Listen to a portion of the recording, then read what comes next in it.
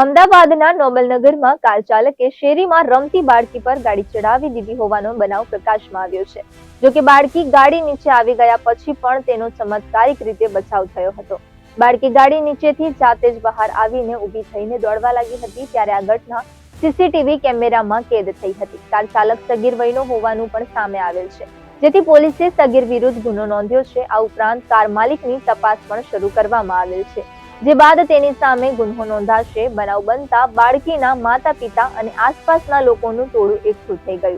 આ બાળકીની માતાએ કાર ચાલકને મેથી પાક પણ ચખાડ્યો હતો। આ બનાવ અંગેની જાણ પોલીસને પણ કરવામાં આવી હતી, જેથી જી ડિવિઝન ટ્રાફિક પોલીસે કાર ચાલક સગીર વિરુદ્ધ ગુનો નોંધ્યો હતો। આ ઉપરાંત કારના માલિક વિરુદ્ધ પણ પોલીસ દ્વારા કાર્યવાહી કરવામાં આવશે।